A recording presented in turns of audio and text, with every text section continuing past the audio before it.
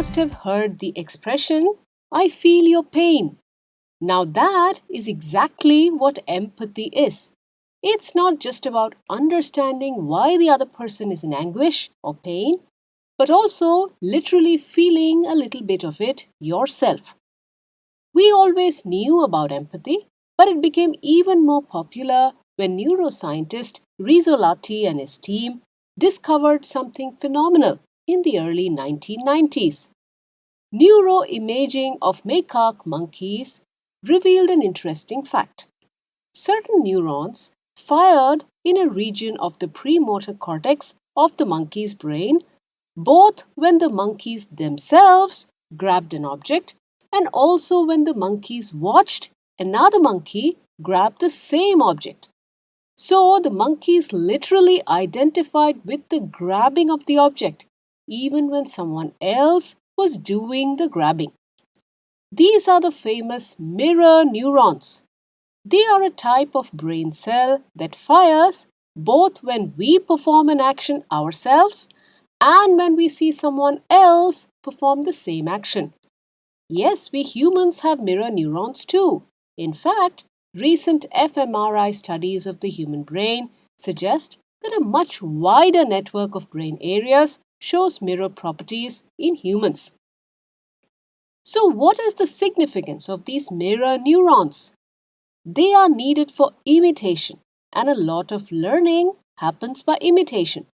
You must have noticed that children keep imitating their parents, grandparents, older siblings, or cousins all the time. Adults too learn social norms or new skills by observing and imitating.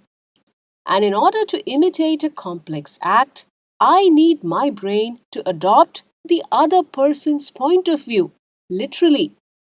The same is true with emulation, which involves me wanting to be like you and imitate you and do things like you. And so, my brain has to adopt your experience, your emotions, and actions. One of the important evolutionary functions of empathy was for parents to feel the pleasure and pain of their young offspring so that they could take better care of them. Not just parents, but also other elders or relatives of the baby. So, empathy has a direct advantage for evolutionary fitness. Mirroring the infant's distress can galvanize the parent into action like nothing else.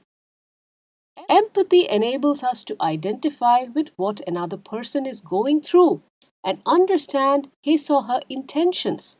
It helps create a very real awareness of the feelings and emotions of others and feeling them yourself too, at least to some extent. Walking a mile in someone else's shoes, so to speak. Neuroscientist V. Ramachandran and several others have been very excited about these findings. They say that these mirror neurons shaped human civilization and underlie what it is to be human because they are responsible for our powers of empathy, language, and the emergence of human culture, including the widespread use of tools and fire.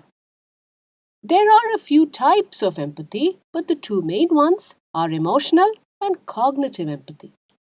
Emotional empathy is literally feeling what the other person is feeling or experiencing. When you see someone sad, depressed, or in pain, especially someone close to you, you cannot stop the gush of pain that goes through you. That's emotional empathy. You literally feel miserable along with the other person. It's a mirroring you cannot stop. Similarly, when someone you're close to is happy and enthusiastic, you feel some of that enthusiasm too. It's contagious. Emotional empathy includes compassion as well because it's hard to be aloof and just observe when we are literally feeling the same thing. Cognitive empathy is understanding what the other person is feeling and experiencing, understanding what's going on with them, but without literally feeling it ourselves, without going through the same emotional whirlwind. Cognitive empathy does not require compassion. You can be a little distanced and objective, while fully understanding and appreciating the other person's emotional predicament and intentions.